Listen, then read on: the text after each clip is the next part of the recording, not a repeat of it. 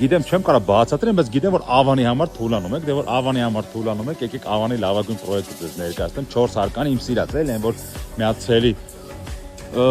ոչ մի մարզերին բան չասեմ, բայց միացելի գյուղ է ապրում, չեմ սիրում, գիտեք այդ շենքերը, չի ստացվում էլի, ասես պրիվատ շենքերը, որ իր առանձին բակով, իր պարկինգները տակա, մուտքերը, նա 4 հարկա, բայց խոսքի թույն 13 հոգանոց վերելակա դրած շենքում, այս էլ իր շենքի հետևի բակային տարածքն է, այսի պարկինգի մուտքն է, ու բակային տարածքը ժող լրիվ ըլնելու է կանաչ, չապատեսի կանաչ գազոնի հատված է, այստեղ հետևը սեփական տների սեկտորը, այստեղ կանաչ գոտի է, ոչ մեկ չի կարա տուն սարքի, նույնիսկ փոջուրիկ խաչկար կա, սա պատմամշակութային տեղ է, այստեղ սիրուն բիսեդկա մանգալ, արդեն ավարտականի են գնում, դե ավարտականը կա, մնացել է շահագործման ակտը,